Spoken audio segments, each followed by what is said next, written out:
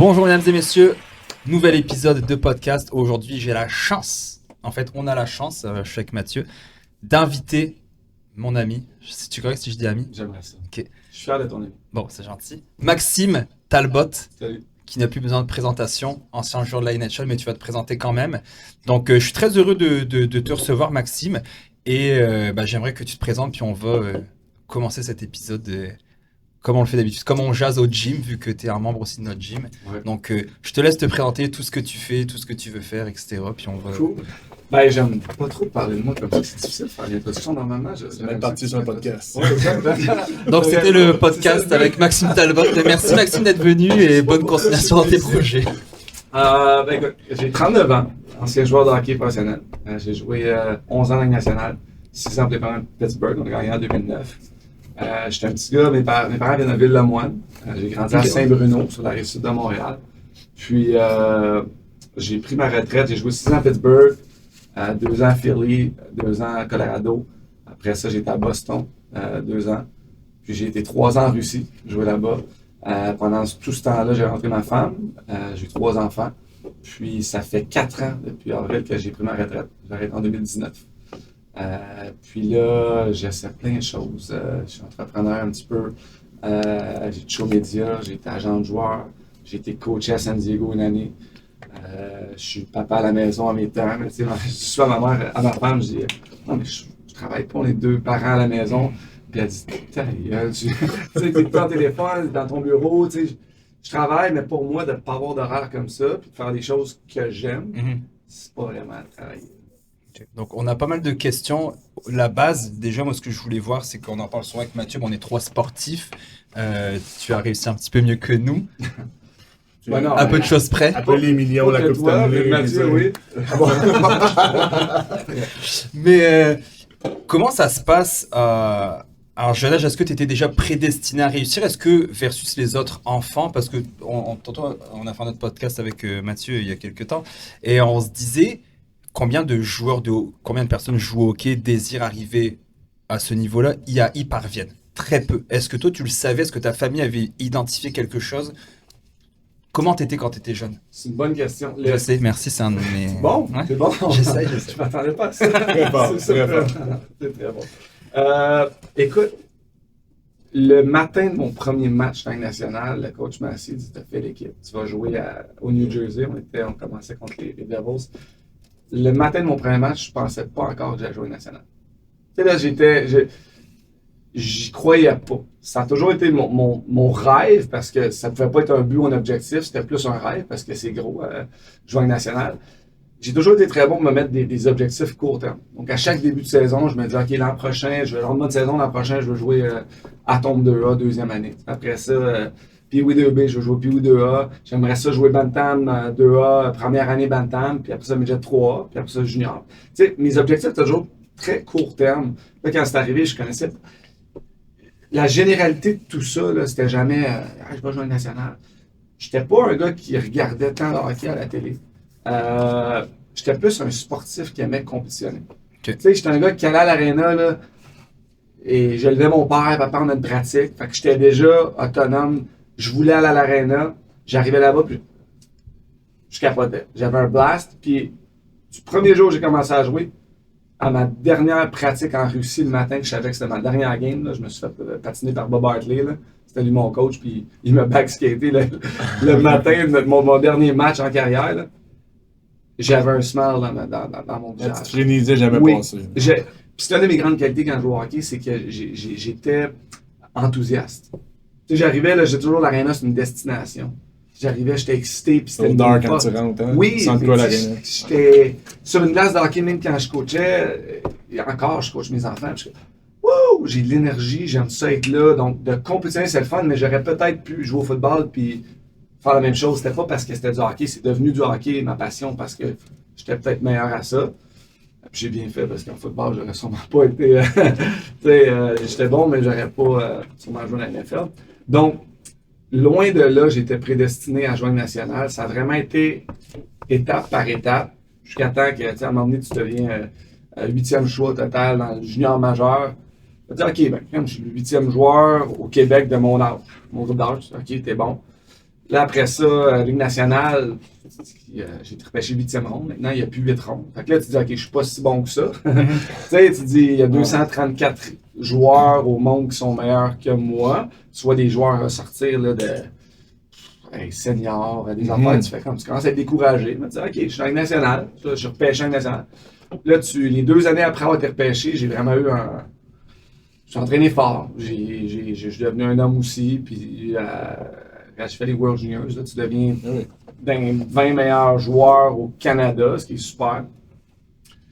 Donc ça a été comme ça, mais le parcours pour moi a été simple. A été le fun, a été healthy. Tu parles à plusieurs, parfois des athlètes qui vont chialer sur leur coach, ils vont voir l'adversité, les blessures. On dirait que j'ai vécu vraiment, j'ai été chanceux, mais aussi chanceux. C'est toujours la perception avec laquelle tu vois les embûches, puis les blessures, puis... Fait je pense que mon attitude a été quand même ma force dans tout ça. Ça a fait que j'ai joué dans des bons clubs, puis moi qui disais qu'il n'y avait pas ça parler de moi. Je suis parti. Comme comment je vais lui dire de... comment je vais pas envie de parler, j'aimerais ça poser la question. Juste l'attitude que tu as au gym quand tu rentres. Il vient faire du jiu-jitsu avec nous, Max, puis... Tu sais, c'est contagieux. Tu rentres, t'es content, t'es comme un kid qui rentre au magasin de jouets. Fait que t'as toujours été comme ça, dans le fond. Oui, je te dirais oui. Tu sais, dans pas mal tout ce qui me passionne, puis que. Tu sais, au golf, même, à n'importe quoi, c'est le fun, c'est passionnant. Tu sais, la vie devrait être un jeu, là. Si on prenait le travail comme un jeu, là. Il y a pas mal de monde qui sont moins déprimés. C'est sûr. Non, mais c'est ça, il y a l'attitude, puis t'avais déjà le petit côté compétitif qui t'a amené à ce niveau-là. C'est à quel âge, mettons, que tu es rentré dans la Ligue nationale? Ma première année professionnelle, c'était en 2005, mais ça coordonnait avec l'année du lockout. Fait que cette année-là, les joueurs avaient fait... la Ligue avait fermé la Ligue, fait qu'il n'y a pas eu de hockey. Fait que c'était ma première année pro, j'ai été dans la Ligue américaine. Fait que la Ligue américaine était très forte, parce que tous les équipes nationales laissaient leur première ronde, leurs meilleurs joueurs dans la Ligue américaine. Fait que pour moi, une première année, on était super fort. Je jouais pour Wilkes-Barre Scranton. J'avais 20 ans. Je m'étais acheté une maison avec Alain Nasradian, un vétéran de 30 ans. Alain Nasradian. Ouais, il est coach à Dallas, assistant coach. Puis à 20 ans déjà, je m'étais acheté une maison là-bas parce que je voulais pas payer rent. Puis lui, il m'avait comme pris sous son aile. Il faisait déjà l'immobilier. Puis ma première année que j'ai eu la chance de faire la Ligue nationale, ben je l'ai fait. Puis ça, c'était surprenant parce que je te choisis le 8e ronde. Tu sais, tu as 7 joueurs qui sont repêchés avant toi dans ton âge. Ça, t'en as plein d'autres à chaque année. T'as comme 25 joueurs. Il faut que tu te battes pour te tailler un poste d'une équipe qui est déjà établie. Des joueurs qui sont vieux. Puis surtout dans le temps, la Ligue nationale était de plus en plus vieille. Fait que les jeunes qui rentraient de notre âge, c'était plus rare. Fait que j'ai battu les 7 joueurs qui étaient en avant de moi au repêchage.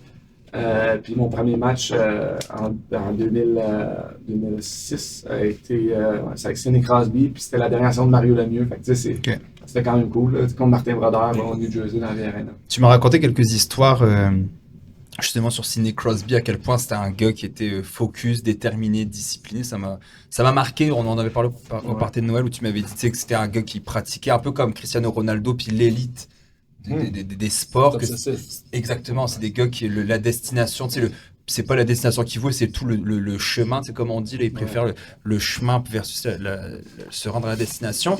Là, tu arrives, Lib, le podcast, on parle beaucoup de finances, d'entrepreneuriat, de réussite, de défis, de tout ça. Je pense qu'il y a le mindset aussi qui joue beaucoup. On se mentira pas, les joueurs de hockey font quand même sont bien nantis, ils font de l'argent, puis avec raison, parce qu'il y a comme un peu au soccer en France, les gens se plaignent beaucoup que des grosses stars gagnent beaucoup d'argent, mais la vente de maillots, les gens, l'économie roule aussi grâce à ça. C'est pour ça que c'est du dos dans nos dents, on va se le dire. Comment ça se passe quand tu arrives, que tu as ton premier chèque? Parce que je pense que tu ne viens pas forcément d'une famille ultra riche. Tu as une famille plutôt régulière. J'ai jamais eu de nouvel équipement quand j'étais jeune. Je prenais le temps d'étudier 2 frères plus vieux, donc leur équipement. Puis mes parents ont fait beaucoup de sacrifices là, pour que je puisse jouer au hockey. Donc oui, je n'ai pas d'une famille nantie, mais... Ça se passe comment quand tu arrives? Est-ce que l'argent te brûle les doigts? Est-ce que l'argent fait le bonheur? Ça va être ma question à la fin du podcast. Est-ce que l'argent fait le bonheur? Comment ta relation avec l'argent? En tout cas, il y a plein de questions. J'aimerais vraiment qu'on parle de ça un petit peu. Écoute, je m'en dis que c'est une bonne question encore, mais toutes tes questions sont bonnes, donc arrêtez de le dire. Ce serait bien. J'ai eu mon bonnet de signature quand j'avais 20 ans. Donc là, tu as ton contrat, tu arrives dans la Ligue américaine, tu faisais 60 000 par année, mettons. Donc, ce qui n'est pas la mer à boire, mais tu as quand même 20 ans, donc c'est super pour un jeune de 20 ans. À l'époque, en plus. Exact. Mais j'avais un bonnet de signature entre ça. J'avais été chanceux parce qu'après avoir été repêché vice-monde, dans le temps, ça marchait en bonnet de performance. Donc, tu signais un bonnet de performance. Puis j'avais bien performé 18-19 ans pour avoir été repêché. Donc, j'avais un bonnet de performance de deuxième ronde environ qui équivalait à 400 000 US. En plus. À 20 ans. À 20 ans. Ouais. Fait que, tu sais, c'est ce que j'ai fait. Puis j'en ai parlé, j'ai passé au Spitting Chiclet. Les gars de Paul Bissonnette puis Ryan Winnie. Puis les autres se rappellent encore parce que je jouais avec eux dans ce temps-là. Ils se rappellent encore de la voiture que j'avais achetée. J'avais acheté un Nissan Murano orange avec des bancs à l'intérieur orange. Les gars, ils riaient de moi. Je suis arrivé là-bas au Woodbury. Moi, riais de moi parce que mon auto était tellement laide. Mais, tu sais, j'aurais pu m'acheter une BM, j'aurais pu m'acheter un Hummer. À un moment donné, j'ai pensé, mon cousin, j'étais bien entouré. Ça a été la clé un peu de mes finances à travers ma carrière. J'ai un de mes cousins du côté de ma mère, Marc Bélanger, qui est c'est un FCMA. Extrêmement brillant. J'ai eu un resto avec à travers les années. Maintenant, on investit toujours ensemble dans différentes choses. Puis il a toujours été là pour moi, pour me conseiller. À un moment donné, il m'a dit, Max, si tu achètes un Hummer, là, je te renie. Je te parle plus. Tu sais. Puis il fallait que ça vienne de lui, qu'il me le dise, puis qu'il m'explique pourquoi. Puis, donc, j'ai eu cette chance-là. Mais l'argent ne m'a jamais vraiment brûlé les doigts. Tu sais, je me suis acheté ma première bonne montre, là, j'avais 30 ans, je me suis gâté. Puis de 30 ans, ça fait déjà 10 ans que je joue à National. Là. Tu sais, je m'étais gâté. Puis, exact. Puis, tu sais, pendant que des gars, justement, il y avait des voitures sport. J'ai eu des voitures de luxe, mais c'était jamais comme top, parce que tu te compares au Stade National, c'est juste les tops qui vont. Puis on peut en parler tout de suite. 10 millions. Là, exact. Ouais. Mais tu sais, mes premières années nationales, tu fais des 700 000 par année, on va arrondir à 1 million. Là. Puis ça, c'est pour les gens à la maison, ça fait pas pitié du tout. Là, okay? Mais 1 million de dollars gagnés pour un joueur national, il faut le mettre en perspective. Je veux dire qu'est-ce qui reste dans les postes du joueur aussi, ce qui est énorme, mais si tu prends 1 million, dépendamment des États dans lesquels tu joues, qui vont vraiment faire fluctuer ou enlever ton salaire par rapport aux taxes. Mais mettons, au Québec, ici, tu as 52% d'impôts, mettons. Okay? Après ça, l'année passée, dans les nationales, tu avais 10% d'escroc. Ça, pour les gens qui ne connaissent pas ça, l'escroc, c'est un partage des revenus entre les joueurs et la Ligue nationale par rapport à comment que la Ligue fait de l'argent. Ils ont défini un chiffre.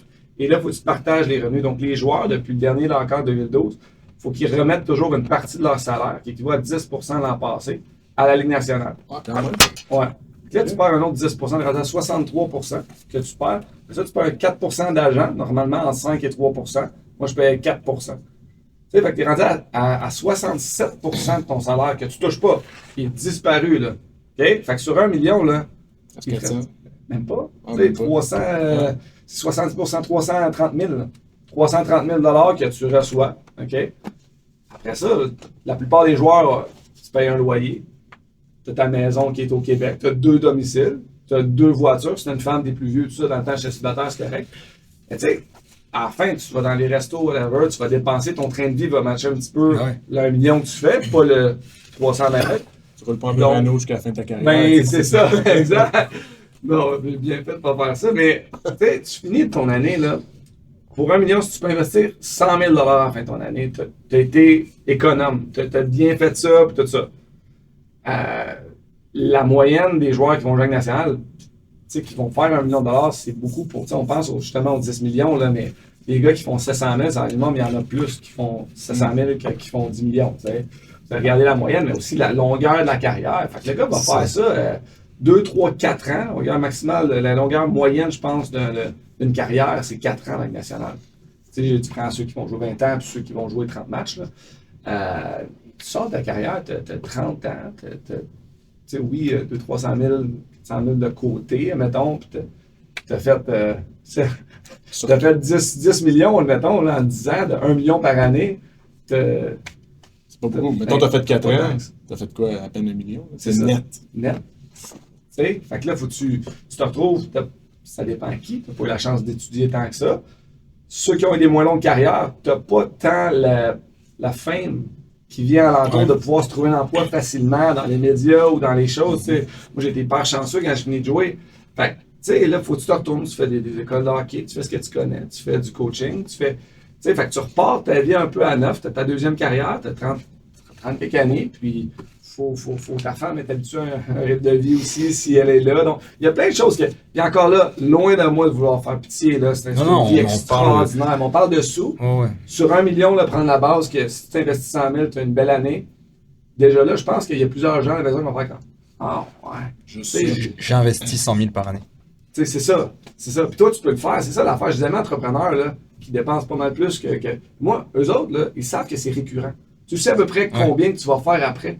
Tu sais, ta carrière de joueur de hockey, demain matin, tu te laisses, c'est fini. Et si elle tombe, c'est fini. T'sais. Exact. Ouais. Puis de deux, c'est qu'après, tu te retrouves. Tu as sacrifié des études, tu as sacrifié plein de petites choses. Ton corps. Oui, ton corps aussi, ta santé. Donc, tu sais, tu as un casse-tête quand tu finis de jouer. Là, pour ça, de là, pas juste le hockey, tu sais, les dépressions, l'alcoolisme, des choses comme ça, ça arrive. Tu sais, Bruno Gervais le disait bien, il a pris sa retraite 2-3 ans avant moi, puis il me disait, Max, c'est comme si je me retrouve au milieu d'un océan, là, puis là, je nage, là, puis il n'y a pas de terre alentour de moi. Je sais pas par où nager, je sais pas quoi faire, tu sais, puis tu vois pas de terre. T'es brouillard parce que qui tu es. Tu sais, moi, je disais souvent aux jeunes joueurs, là, je le dis encore, le hockey n'est pas qui tu es, c'est ce que tu fais.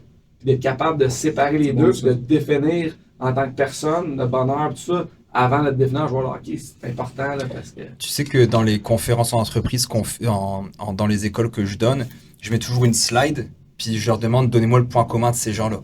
Donc il y a Francis Ngannou, Mike Tyson, Evander Kane, Alec Baldwin, je sais pas si je l'ai dit. Bref, il y a une couple de personnes comme ça, puis je leur dis c'est quoi leur point commun, puis tout le monde me dit ils ont de l'argent, c'est des stars, ils ont réussi. Et en fait, tous ces gens-là qui sont sur l'image ont dû avoir recours à une assistance financière pour se sortir du pétrin tellement ils dépensaient. Francis Ngannou, champion des poids lourds du UFC, qui est maintenant parti, a fait un tweet l'année passée, je pense, ou il y a 2 ans, pour que les gens l'aident à payer son camp d'entraînement parce qu'il n'était pas capable, champion du monde du UFC. Après, peut-être que c'est... millions, là. Non. Il a fait des... Justement, okay. Il faisait 400 000 par... on pense que... Ouais, c'est ça. Après, il y a peut-être aussi un train de vie qu'on ne sait pas, tu sais, j'ai pas les tenants, les aboutissants, mais la statistique, c'est sur les joueurs de la NHL retraités puis les joueurs de la NBA, aux alentours de 60%, quand ils sont retraités, ont des problèmes financiers. Et à un moment donné, on a quelqu'un du UFC que je ne nommerai pas son nom, il a gagné le bonus de signature, le bonus de la soirée, c'est pas Johan, hein, c'est un autre gars du UFC, il a gagné le bonus de la soirée, 50 000. La semaine qui est rentrée au Québec, c'est payer une nouvelle auto, mais pas 50 000. Pas plus cher que 50 000. C'est ça. Puis là, il est chanceux de ne pas l'avoir. Au moins, il y a une petite valeur. Il y en a qui vont dépenser au bar le soir. Ah ben oui, ou qui ne pensent pas à l'impact fiscal de leurs 50 000 gagnés aux États. C'est toutes des choses qu'on t'enseigne pas quand t'es... Comme la PCU, quand tout le monde pensait qu'elle allait avoir un chèque gratuit. Exact. Mais oui, cool. Et c'est ça. Mais tu sais... Toi, t'étais sur la PCU ou... Ouais, c'est ça. Non, mais... faut que je le dise, non. Mais c'est mêlant parce que t'as pas les connaissances. T'as des requins alentour de toi, t'as des gens qui vont c'est profiter. Ça. T'en as, là, c'est évident que t'as des gens qui... des fakes, des faux amis ou... Tu les reconnais pas tout de suite. Tu sais, puis encore là, j'ai été chanceux parce que je viens d'une bonne famille, j'ai des bons parents, j'ai des bons frères, j'ai des bons cousins, on est très très près de moi et mes cousins, puis mes chums aussi, puis... Tu sais, il n'y a pas personne dans mon cercle, il a fallu que... Non, toi... il y a des gens tranquillement que tu sais. J'ai toujours été quand même un bon juge de caractère. Là, je me suis jamais tenu avec des tout croches. Il y avait mes chums de party, tu faisais le party, tu sortais, tout ça, c'est correct. Puis, moi, je savais m'entourer. Puis ça a été une force parce que justement, les gars, c'est souvent ça. Là, c'est les gens avec qui tu t'entoures, tu te tiens, puis ça va devenir qui tu es. Puis tu as su écouter ton entourage, je pense aussi. Oui, positivement. Oui, vraiment. J'aurais dit à mon cousin, va chier, je fais ce que j'ai avec mon argent, je mets en main, puis je dépense. Mais non, je pense que les valeurs de base que j'avais, j'ai été chanceux. Je prends toujours soin de ma famille, mes frères. Ils sont venus me voir partout où je jouais. Puis c'est ça. J'ai été bien entouré. Je pense que c'est vraiment la clé. Mais oui, il y a eu des erreurs que j'ai faites, que ce soit un conseiller financier plus jeune, que tu mets ton argent avec lui, mais lui, tu dis j'aimerais ça avoir accès quand je peux parce qu'au cas où. Puis il mettait ça dans des fonds où lui allait prendre un plus gros frais. Des choses comme ça. Des choses que hey, c'est dur à voir, là. Puis là, tu demandes de l'argent. Ah, ben non, elle est bloquée pour un autre 3 mois parce que, tu sais, là, je sais pourquoi. Puis là, finalement, tu te rends compte parce que, tu sais, tout ce qui est aussi le monde légal, que ce soit un notaire, un comptable, un avocat, même les médecins, là, tu sais, je trouve parfois on fait beaucoup confiance parce que ces gens-là ont étudié. Puis là, je parle généralement. Oh non. C'est des professionnels, ces gens qui ont étudié, puis tout le mérite leur revient. Mais souvent, il y a aussi des gens qui n'ont pas toujours ton meilleur intérêt en tant que client. Souvent, ça va être vite fait. Tu sais, combien de fois que j'ai eu parfois un diagnostic d'une blessure, je vais faire une deuxième opinion, c'est complètement une autre chose. Tu sais, c'est des professionnels, mais les gens, c'est des humains.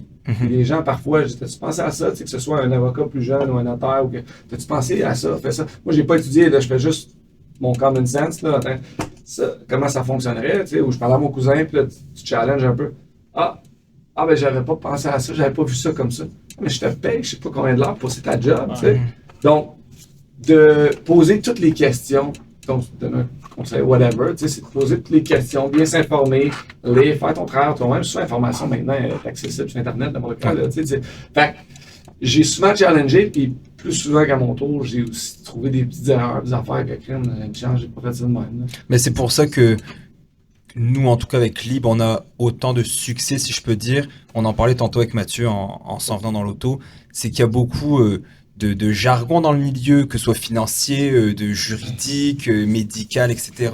Puis que des fois, tu as l'impression que tu te fais flouer. Et c'est fait exprès, ce jargon-là, pour te faire aussi passer un peu pour un con, on va pas se mentir. Tu sais, le mec qui emploie des mots super compliqués, puis que tu lui demandes, bah là, peux-tu m'expliquer ça? Voilà, non, tu sais, c'est correct, je connais ça, c'est pas important. Alors que tu peux l'expliquer dans des termes beaucoup plus faciles, beaucoup plus simples et compréhensibles. Donc oui, je comprends. Puis je pense qu'il y a beaucoup de monde à la maison qui écoute le podcast, qui peuvent relate, parce que les gens nous approchent pour ça. Hey, on m'a dit ça, peux-tu démystifier, peux-tu me dire ce que ça veut dire? Je ne comprends rien. Moi, j'ai raconté plusieurs fois sur le podcast, quand j'ai renouvelé mon hypothèque au mois de octobre l'année passée, 2022, je lisais les papiers avec ma blonde, puis on a quand même pris une bonne hypothèque, c'était quand même un peu nouveau pour nous d'avoir ce montant-là. Je comprenais pas les phrases. Puis, la routine légale, carrément. Ouais, puis je me disais, je suis dans le milieu quand même de l'investissement, je devrais comprendre un peu les termes financiers, puis je comprenais pas. Quand je vais à la banque, je paye mon hypothèque en accéléré. Quand je vais à la banque pour la payer, ils sont comme, mais sur quelle portion? La portion fixe, la portion ceci. Même eux, ils comprennent pas des fois. C'est mélangeant à fond. Je dis, gagne-moi ce que je veux, là. Je te fais un chèque, tu le mets sur mon hypothèque, s'il te plaît, pour faire sur le capital. Ok, là, il faut que j'appelle ma gérante, etc. Et c'est souvent ça, moi, qui vient me gosser. Prochaine question pour toi. C'est quoi le train de vie d'un joueur de hockey à ce niveau-là? Tu me disais, tout le monde dépense. J'avais écouté, je pense, c'est Étienne Boulay, celui qui disait qu'ils étaient partis au resto à un moment donné, puis que tout le monde dépense, puis t'as pas le choix de suivre un petit peu, mais comment ça se passe? C'est quoi le rythme de vie que vous avez? Les recrues, mettons, on a la carte au milieu. Ouais, ça c'est ridicule, mais ça c'est une fois par année. Ouais. Quand t'es recrue, mettons, dans le temps, je sais pas, je pense que c'est 5 000 $, que chaque recrue met dans un pot. Il y a des soirées mondiales, justement, que le but c'est quasiment de dépenser plus. Ben oui. Des bouteilles de vin à 500, 600, 1000 $. Mais ce but de cette soirée-là, c'est que les recrues payent le souper à toute l'équipe. Okay. Tu vas te retrouver dans un pot avec, je sais pas moi, 30, 40 000, puis tu fais un souper, puis une soirée au bar. Puis c'est de la belle gaspiller d'argent. Il y a des choses, quand je joue au Colorado, c'était moi, tu as toujours le Fine Master. Fait que c'est lui qui s'occupe du budget de l'équipe parce que souvent, admettons, tu vas mettre de l'argent au tableau lorsque, admettons, j'ai joué pour les Pingouins, on joue contre les Pingouins maintenant, je fais partie de l'Avalanche, mais là, je vais mettre 500 $ ou 1000 $ au tableau. Si tu gagnes le match, ben, tu le mets dans un pot. Okay. Fait que, admettons, tu es échangé d'une équipe à un autre. Si tu viens de la ville natale, tu as des gens dans les estrades, il y a toujours des raisons. Là, les gars, ils vont se challenger pour qu'il y ait le plus d'argent possible sur le tableau, ce qui est comme ridicule, vous me dites, mais bon, ça fait partie de Team Spirit. L'initiation. Team Spirit, tu sais. Fait que là, tu montes un compte, puis pendant l'année, ben, tu vas faire des sorties avec ça, c'est party de Super Bowl, ou party d'équipe, puis là, tu as une carte de crédit, puis tu mets ça en compte. Puis au Colorado, on n'avait pas fait beaucoup la fête. Pendant la saison, on n'avait pas dépensé. On est arrivé à la fin de l'année, on avait 70 000 dans le compte. Tu sais. C'était là, avec tu sais, là, t'es pogné, là, on a perdu en 7 en première ronde. OK, bon, ben, on va à Vegas. Dans 2 jours, on s'en va à Vegas. On prend un avion privé. Puis on part puis là, on fait une soirée. Puis à la piscine, tu vas dépenser 30 000 $ là, à la piscine, comme ça, un après-midi. Tu sais, tu fais comme, c'est ridicule. On arrête tellement de faire des belles choses pour la communauté avec cet argent-là. Mais ça fait partie de ça. T'es jeune. Puis, tu sais, après ça, le train de vie, va dépendre de chacun des joueurs. Tu connais les joueurs dans ton équipe qui aiment ça flasher, qui aiment les belles autos, qui vont dépenser plus. Puis, je te dirais, en Amérique du Nord, c'est moins. Les gars sont sharp, mais j'étais en Russie où les gars n'ont aucune connaissance financière. Puis eux autres, ils ont vécu le communisme aussi un petit peu. Fait que là, ils sont comme en let's go, européen. Puis tu sais, là, c'est les sacs, c'est les affaires. Puis tu sais, tu fais comme, à un moment donné, un matin, il y a un jeune russe qui arrive, puis il est démoralisé. Puis je fais comme, regardez, qu'est-ce qu'il y a? Je suis désolé, mais qu'est-ce qu'il y a, tu sais? Ah, il dit, mon auto s'est fait voler hier. Tu sais, ok, c'est triste, désolé, tout ça, mais les assurances, là. Ah non, pas d'assurance. Je suis comme, hein? Fait que tu sais, c'était une nouvelle voiture comme super chère. Je fais comme, tu sais. Fait que c'est dans le flash, puis c'est des choses comme ça. Ouais, t'as connu la mentalité canadienne, américaine, puis russe. C'est l'autre chose. C'est quand même différent aussi. C'est l'autre chose. Parce que en Amérique du Nord, les gars sont mieux conseillés. De plus en plus, je pense. Ouais. Avez-vous des conseillers financiers quand c'est comme ça? Mettons, tu gagnes ton premier 400 000 que tu as gagné. T'es-tu conseillé ou parce que maintenant, mettons, les joueurs les gagnants à la loto, ils sont pris en charge direct. Hein. C'est nouveau, là, ça fait quelques années que c'est comme ça. Parce qu'avant, ils gagnaient 68% des joueurs de loto qui gagnaient finissaient plus pauvres qu'il y en avait. Comme les Lavigueur à l'époque. C'est ça. C'est qui les Lavigueur? C'est les premiers gros gagnants des années 80, début 90. C'est la famille Lavigueur qui avait gagné, je pense que c'était 9 millions, genre 80 quelque chose. Puis ils l'ont échappé complètement. C'était une famille à faible revenu, du bas de la ville à Montréal pis tout. Écoute, il y avait un film là-dessus, satirique sur eux, ça riait d'eux, mais c'était une mauvaise traduction américaine d'un vieux film. Ils ont fait une série québécoise là-dessus, les Lavigueurs, qui était super intéressante. Mais ça montrait justement l'envers du décor de ça, tu sais. Pas de connaissances. On te donne 9 millions demain, t'es pas plus intelligent, je sais pas que ces gens n'étaient pas intelligents, mais t'es pas plus habilité. Éduqué financièrement. Exactement, à prendre les bons choix. Là, mais le rôle de l'agent, j'étais agent de joueur quand j'ai pris ma retraite pour l'agence CA, Creative Artists Agency. C'était mon agent qui était là avec moi quand j'avais 16 ans, qui m'a engagé, Pat Brisson, qui est l'agent de Sidney Crosby, de Malkin, de Sidney. Exact. Puis je te dirais qu'eux ne voulaient pas prendre soin des finances des joueurs par risque de, mettons, que ça aide pas bien. C'est touché, stabilité. Exact, mais ils nous suggéraient, comme disait au Québec, tu peux, eux autres, lui, il y a plein de joueurs, vas-y, aide-le. Ça, il y a toujours la fiscalité aussi qui était toujours compliquée pour nous en tant que parce que c'est des deux côtés que tu gagnes. Mais les agents, je sais que tu vas payer un frais mettons, 1% de plus dans ton salaire, puis ils vont tout gérer, tes taxes, des choses comme ça. Fait qu'il y a des agences qui le font, donc c'est le réflexe numéro 1. C'est la responsabilité, je pense, d'une agence aussi. Tu lui donnes un prêt, puis lui, c'est de t'amener vers là. Puis après ça, tu fais tes propres choix aussi. Tes propres erreurs, tes propres. T'es responsable de tes choix. T'es un adulte quand même si t'es un jeune adulte. Ouais, exact. Très, très intéressant. C'est quoi l'échelle salariale jusqu'à où tu peux te rendre, ou toi, où tu t'es rendu, si t'es à l'aise d'en parler? Par année? Ouais. Écoute. Je veux juste revenir sur tu m'as dit que tu étais resté 4 ans dans la NHL? 11 ans. 11 ans dans la Ligue nationale. C'est la moyenne que tu as dit que c'était 4 ans? 4 ans, oui. La moyenne, c'est environ 4 ans. C'est une grosse carrière. Ouais, oui, quand même. Pour mon style de jeu, tout ça, j'ai quitté la Ligue nationale, j'avais 32 ans. Fait que je joue de 20 ans à 21 ans à 32 ans. À travers les années, mettons, les premières années, je faisais le salaire minimum, c'est 700 000 environ, ça montait à 775. J'ai fait ça 3 ans. T'as-tu des bonus, des genres de trucs comme ça, mettons, tu score? Un, c'était de 400 à la base à la signature. Après ça, non, il n'y a plus. Non, il n'y a pas de bonus quand tu scores ou quand tu fais des matchs. Non. Non, ok, je pensais. En Russie, il y en avait. En Okay. Russie, on en a fait beaucoup. Les roubles étaient super, mais dans la Ligue nationale, non, c'est moins. Il y en a qui. Mais les vedettes en ont, là-dessus. Ouais, oui. Ouais, des bonus dans le contrat, me semble. Ça veut-tu dire que Maxime n'est pas une vedette? Oui. Vraiment. C'était en bataille que ça te comptait. C'est ça. Par bataille, je me faisais payer. Mais, tu sais, les premières années, c'était 100 000. Après ça, j'ai signé un contrat de 2 ans à 1 million. Puis ça, c'était l'année que j'ai gagné la Coupe Stanley. Okay. J'ai signé en novembre, j'ai fait mon extension en novembre. Si j'avais attendu cet été-là, j'aurais eu un contrat plus lucratif. Mais en même temps, est-ce que j'aurais performé autant? Parce que là, j'avais la paix d'esprit de pas à performer. C'est toujours des choses, admettons, que je parle des jeunes joueurs. Toujours tu prends l'argent qui est là pour avoir la paix d'esprit ou tu mises sur toi. Donc, j'ai décidé de prendre l'argent, j'ai bien fait, j'ai joué mes 2 années. Puis quand je suis arrivé agent libre à 27 ans ou après 7 ans dans la Ligue nationale, tu deviens agent libre. C'est là, normalement, que si tu es un bon joueur ou un joueur qui a une carrière, que tu vas pouvoir avoir une augmentation de salaire. Puis, parce que là, toutes les équipes ont accès à te faire une offre. OK. Puis, moi, ça a été super pour moi parce que ça a été 2 ans après que j'ai gagné la Coupe Stanley. Là, plusieurs équipes ont appelé. Le 1er juillet, ça va se passer bientôt aussi. Donc, plusieurs joueurs changent d'équipe. Puis, les Flyers, j'avais plusieurs offres sur la table. J'étais chanceux. Puis, j'ai même pris une offre de moins d'argent pour aller avec les Flyers. À la place Toronto avait été chercher mes droits. J'ai été membre des Maple Leafs pendant une semaine.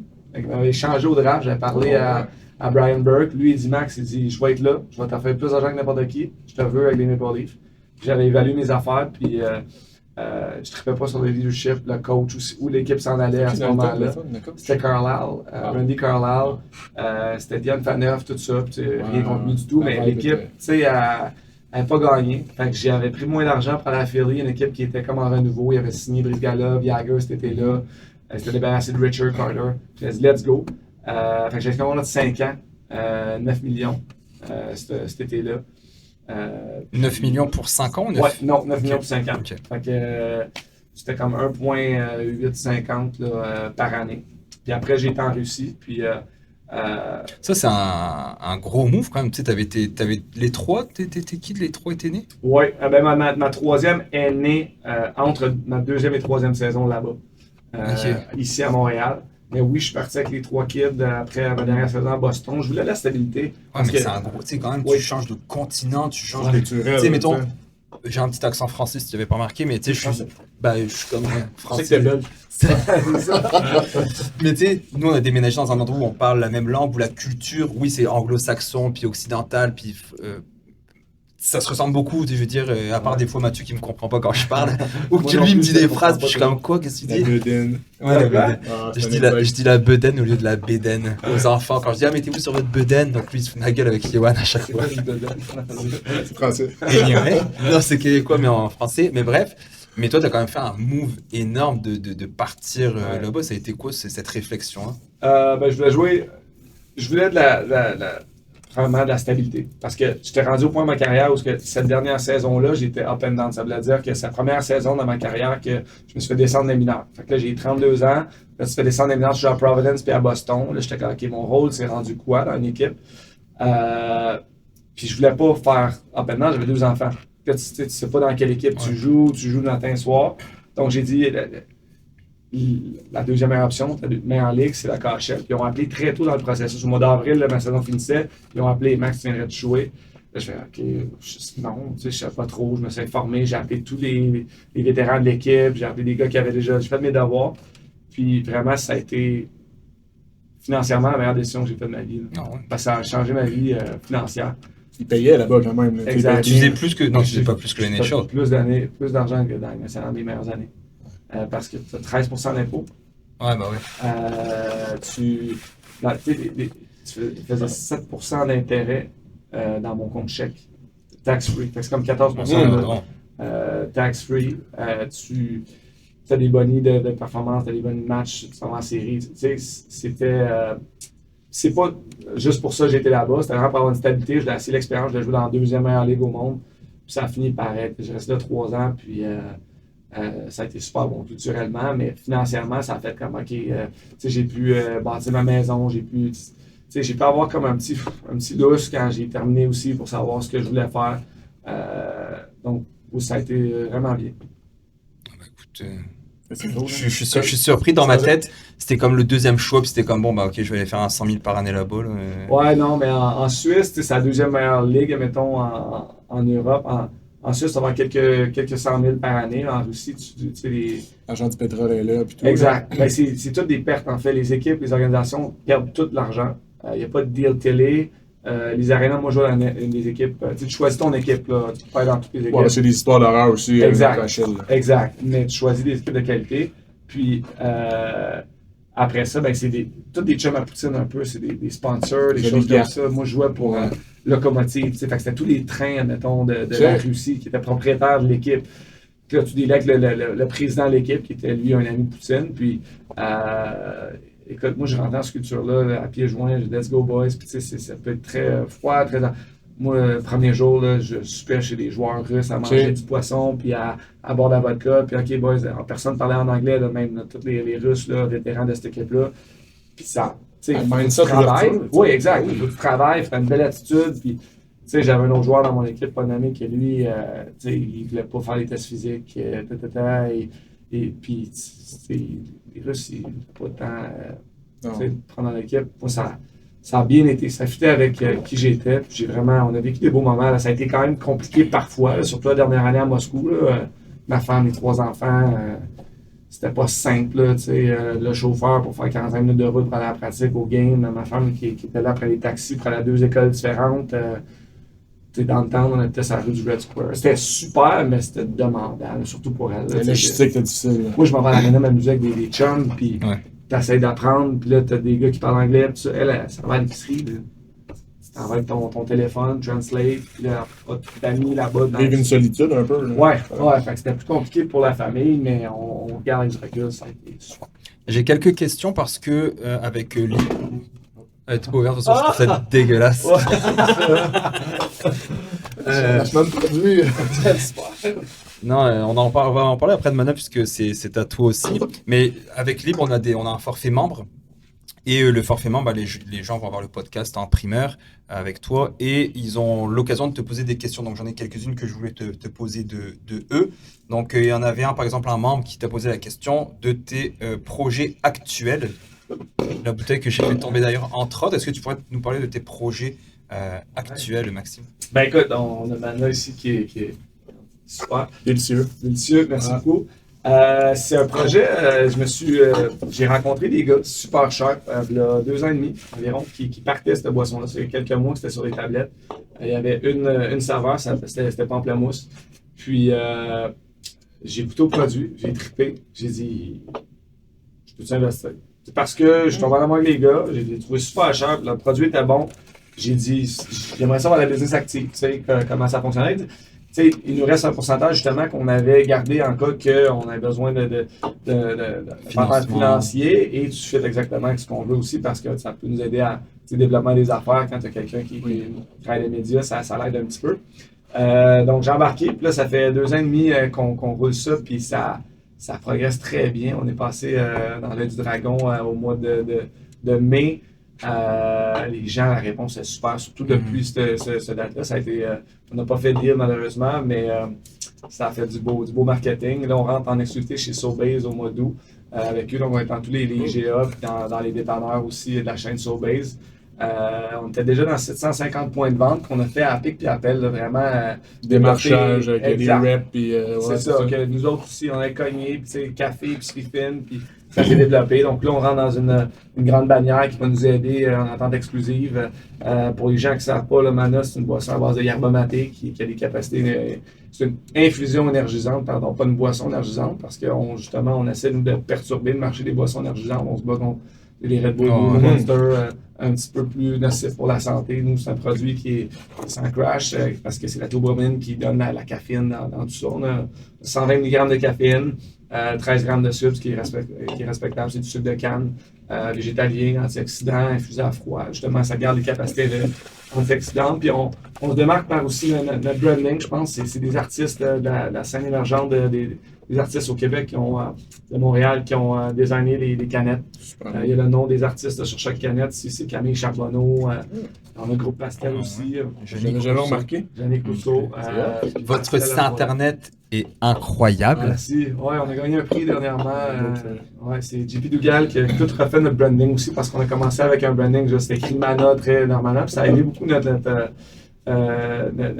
projet que JP Dugal de No Fixed Address a fait le branding pour nous. Puis regarde, ça va super bien. Puis tu sais, qui sait où ce que ça va nous amener parce qu'on aime le produit, le branding est le fun. Pour vrai, je suis pas gêné du tout de pousser ça à n'importe qui aime les boissons énergisantes. Puis notre public cible, ben écoute, on regarde ça comme un peu pour fighter le crush d'après-midi, admettons. Que ce soit à la maison pour être plus focus, que ce soit quand les enfants vont venir au travail, que ce soit avoir un sport aussi. On ne peut pas se lancer dans un sport extrême, des affaires comme ça, mais ça se voit très bien en aller faire du BMX. Comme votre branding, genre je m'en vais chez Hagun, à faire de même, là, je prends mon petit. C'est ça. Je trouve ça cool. Un petit peu exact, artistique, créatif, puis Sky's the limit, let's go, achetez-en, gang. Bonne chance, oui. Puis essayez-les toutes, un peu comme les Pokémon, toutes les capturer, d'essayer de les essayer. Exact. Le game Pokémon. Mais j'ai d'autres choses aussi, si tu veux. Ça, c'est maintenant. Veux-tu que je parle des autres projets? Ouais, non, vas-y. vas-y. On est serré dans le temps. Mais parce que j'ai un autre projet. C'est parce que tu parles beaucoup quand même. Je sais, parce que... Je peux pas parler de moi. Mais voilà. Mais j'ai investi dans du tech aussi. Ça s'appelle Mozoom. Puis ça fait déjà quasiment 2 ans et demi. On est dans 60% des écoles au Québec. C'est quoi, Mozoom? Mozoom, M-O-O-Z-O-O-M. Puis dans le fond, c'est du social emotional learning.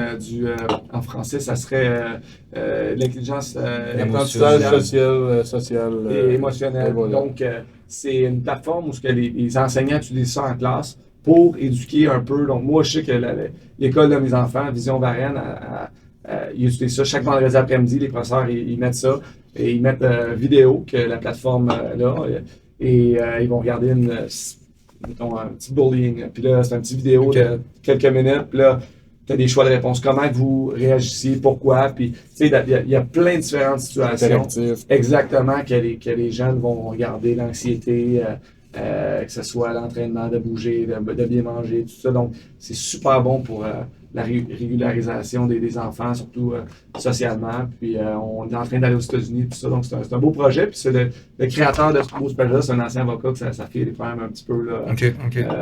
Puis, lui, il a tout lâché. Côté avocat, il dit, je vais être là, plus là pour aider justement la santé mentale des enfants. Puis, donc, c'est noble, c'est le fun. Puis, allez voir ça, Mozoom. Je vais aller voir si c'est certain qu'ils vont très bien parler. Ouais. J'ai Philippe Bourdeau qui demande ça a été quoi tes meilleurs investissements et aussi tes premiers investissements. Puis après, il y avait une autre question que tu as répondu, c'était est-ce que la Ligue offre du support au niveau de l'éducation financière? Tu as répondu, mais meilleur investissement et tes premiers investissements et peut-être même ton pire investissement, ça pourrait être le fait de... Mais mon pire est facile. Rapidement. Mon pire est facile, je te dirais. Puis à la fin, c'est avec mon cousin, Ange Gardien, que j'adore, puis je le referais demain matin. Mais ça a été un restaurant, on a acheté un restaurant en 2012. Pas évident, ça. Non, pas évident. Puis moi, tu sais, je suis un joueur. Donc, j'ai mis les sous 50-50 avec lui. Lui, il avait déjà une franchise de sushi shop. Il y avait 9 sushi shops dans le temps. Puis, il passait toujours, il était à Mont-Royal, puis on passait toujours devant ce restaurant-là, un restaurant portugais. Puis il tripait dessus, il s'est mis de chum avec le chef, tout ça. Puis à un moment donné, il m'a dit, tu ça à vendre, tu sais. Puis il a dit oui. Puis, on trouvait donc que c'était un beau projet à franchiser, une rôtisserie portugaise. Puis c'était beau, c'était sur Montréal. Donc, pendant ce temps-là, il y a eu plein de choses. L'année qu'on l'a eu, plein de choses qui se sont passées. On dirait la malchance acharnée là-dessus. Que ce soit l'employé volait l'argent, des gars de toit qui coulaient, la rue, c'était le maire Fernandez, je pense, dans le temps, qui fermait les rues pour tout les dernières, mais c'était pas bon pour les commerces. Donc, plein de choses sont passées, c'était la tempête parfaite, puis j'ai fini par fermer ça, puis perdre mon argent après 1 an. Mais encore là, c'est là-dedans qu'on apprend plus, parce que l'année d'après, je m'étais fait demander, mettons, d'investir dans une équipe de hockey. Puis, tu sais, ce que j'ai appris de cette décision-là, c'est relax, Max. Fais pas trop de choses actives lorsque tu joues. Concentre-toi à être bon. C'est ça, dans ton prime encore. Ben, tu sais, je venais de signer à Philippe, tout ça, tu sais, je voulais commencer à faire la business, j'aime ça, toujours. Mais concentre-toi sur le hockey, c'est ça ton gagne-pain. Puis quand tu auras l'énergie, puis tout ça, puis surtout d'apprendre d'une erreur, que si j'avais été là chaque jour au resto, là, j'aurais vu c'était quoi, puis pourquoi, puis tu sais, parler avec le staff, puis là, d'ajuster, puis d'apprendre encore plus, ça va être encore mieux. Là, j'étais pas là. Fait tu fais une erreur, tu comptes sur quelqu'un qui est extraordinaire, genre, encore, comme je te dis, avec lui, c'était pas de sa faute, mais fait que j'ai dit non au club de hockey parce que je vais prêter mon argent, prêter mon nom, puis après ça, si ça va pas bien, moi je perds, puis j'ai pas de contrôle sur mon investissement, j'aimais pas ça. Donc ça a été ma pire, le resto. Puis meilleur, je te dirais, ben, présentement, j'ai investi dans un fonds qui font des résidences étudiantes. Puis j'ai investi dans les gens. Puis j'ai investi toujours avec mon cousin parce que moi, c'est le guts, c'est l'énergie, c'est le groupe. Je regarde, je te fais-tu confiance? Est-ce que je crois que tu peux mener le projet à terme? Puis après ça, mon cousin rentre dans les chiffres. Puis est-ce que ça coordonne? Puis où est-ce qu'on s'en va avec ça, la vision? Donc c'est comme ça un peu mon complémentaire. Exact. On est très complémentaires. Puis souvent, c'est moi qui est approché par les projets et tout ça. Donc c'est comme ça qu'on fonctionne un petit peu. Puis il y a un fonds qui fait des résidences étudiantes qui est extraordinaire. Qu'on investit là-dedans, puis qu'en 2 ans, il nous donne un rendement super, que j'ai complètement confiance au gars, je golfais avec lui justement hier, puis c'est un génie. Il y a une structure qui est, on dirait, une formule qui fonctionne. Qui dit, moi, si c'est pas un coup de circuit, je ne le fais pas. Tu sais jamais, mais pendant la COVID, ils ont été obligés de fermer un chantier 1 an dans un de ces projets, complètement. Puis il est quand même capable de payer ce qui était promis aux investisseurs. Tu dis, le gars, OK, en fermant 1 an, ça fonctionne pareil. Donc, ça a été super. J'en ai une autre, tu as un petit peu répondu, c'est Mick Balbois qui te dit, d'après moi c'est pas son vrai nom, comment as-tu géré le fait d'augmenter ton salaire dans la LNH? Ah, c'est pas plus que t'en fais, plus que tu dépenses. En tout cas, pour moi, il y en a que peut-être que oui. On entend souvent ça. Ouais, mais non. On dirait qu'à un moment donné, quand t'es pas dans le flafla, tu sais, je dépense maintenant, même, j'ai pas eu à baisser mon rythme de vie quand j'ai arrêté de jouer parce que mon rythme de vie était normal. Exact. Tu vas dépenser, que tu fasses 1 ou 10 millions. Moi, je suis correct à dépenser tant par année. Peut-être que oui, mes vacances vont peut-être me gâter un petit peu plus. Puis, quand je jouais, ben oui, il y a des trips que j'ai faits qui sont marqués dans ma tête, dépenses de débile pour une semaine. Mais ce souvenir-là, je l'ai en tête aussi. Fait que c'est toujours trouver entre dépenser dans quoi? Tu dépenses dans du matériel ou dans des souvenirs, dans des expériences? Puis ça dépend de la personnalité. Ouais. C'est l'équilibre aussi là-dedans. Oui, parce que moi, dépenser dans une expérience, j'aime plus ça quasiment que dépenser dans du matériel parce que tu as des souvenirs, tu meurs avec, tu apprends, tu vis. Une belle montre, c'est beau, c'est le fun, c'est looks good, mais c'est une gâterie. À la fin, c'est quasiment pour montrer que tu en as, mais quand tu es rendu là, puis tu peux te le permettre, puis ça ne change rien, puis tu la trouves belle, puis ça te rend heureux de regarder. Vas-y, mec, mais ça dépend des valeurs, puis j'ai pas de jugement là. Dirais-tu que, justement, pour conclure, est-ce que l'argent fait le bonheur? Ta relation avec l'argent, ce serait quoi? Est-ce que, tu sais, pour moi, je le dis tout le temps, l'argent, pour moi, ça a été un outil pour faire des choix dans ma vie. Ouais. Puis, oui, je me gâte avec certaines choses, mais sans. Ben, l'argent va donner une liberté, c'est certain. Je pense qu'il y a une ligne qui va t'amener une liberté, puis les épaules basses. Ouais. Mais pour faire de l'argent, ça prend de la discipline, faut se concentrer. Il faut avoir l'énergie. Les chums là, qui font de l'argent, là, ils sont très intelligents, mais aussi ils ont une relation spéciale avec l'argent. Si quelqu'un qui va en tête, tout de suite, quand il dit ça, il est très intelligent, mais il traite l'argent justement comme de l'énergie. Il sait que ça va venir, tout ça. Puis ça, c'est un conseil tellement que tu te dis comment je fais ça, en voulant dire, le livre de secret, ben oui, c'est ça, l'abondance. Mais encore, tu sais. Oui, mais j'y crois à ça. Si t'es comme ça avec l'argent, là, tu veux de l'argent, tu sais, à un moment donné, je pense qu'il faut avoir une relation saine avec l'argent. C'est comme le succès, tu sais. Ouais. Quand tu le cherches trop, ça fonctionne pas. Il faut que ce soit homogène, tu sais. Ouais. Tu t'es rendu à une nationale en travaillant fort, mais t'étais pas, j'imagine, chaque jour à te dire « Je vais-tu faire le club, tu sais. J'imagine que tu as poussé fort de travailler. Oui, hey, oui, mais c'est semblable. T'sais. Mais oui, je me disais, je vais te faire le club chaque jour. Ça a été une de mes forces, quasiment. Parce que j'étais jamais comme I'm here, I made it. Ouais. Tu sais, moi, je savais dans mon rôle que si je performais pas ce soir-là, si j'amenais pas quelque chose, ben quelqu'un tout de suite qui allait prendre ma place. Fait que ça, c'est d'être desperate, tu sais. Mais avec l'argent, il faut que tu fasses attention. Puis je regarde, valeur familiale, admettons, c'est un sujet qui est très tabou. C'est pas d'être ici et d'en parler ouvertement. Moi, je me dis, je trouve ça le fun puis c'est important. Ben oui. L'argent au Québec, on n'en parle pas. C'est très québécois de pas en parler. C'est pieux. Mon père, que j'adore, on s'est jamais parlé de sous. Puis, j'essaie de l'accompagner, tout ça, la retraite, tout ça. Puis, j'ai regardé faire un plan financier, puis, mais encore là, c'est tellement tabou. Puis c'est une relation familiale qu'on a avec l'argent. Puis j'ai été chanceux d'être entouré, puis de me faire aider, puis c'est pas simple au Québec, justement, faire de l'argent, c'est mal vu aussi. Puis je sais que tu en parles des fois dans tes podcasts. Souvent. Aux États-Unis, c'est bien vu avoir du succès. Là. C'est bien vu, vraiment en parler. Puis c'est encore vrai aujourd'hui, ça. Là. Exact. Ouais. Oh, vraiment. Là, fait, tu reviens ici, puis justement, tu veux pas trop en parler, puis de combien les salaires, mais en même temps, tout est sur Internet. Là. C'est ça. Je vous vends pas combien j'ai fait, là, mon salaire est là. Puis... Maxime Talbot, l'ancien joueur de hockey, s'est planté dans Mana. On va en parler partout. Exact. Il a réussi. Cool. Ouais. Mais c'est parce qu'il était chanceux, parce qu'il était connu. Ouais, mais tu sais, il y avait de l'argent à l'avance. Exact. Ben oui. J'ai été aidé par mes parents, puis tu sais, c'est quelque chose que tous les deux, ça nous fâche tellement. Ça, c'est le trait québécois, je trouve, le plus plat. Oui, c'est un trait, exactement, c'est bien dit. Parce que, crème, on est tellement spécial au Québec, là. On est tellement bon dans plein d'affaires. Mais il faut s'encourager à la place de se taper sa tête, je pense que c'est...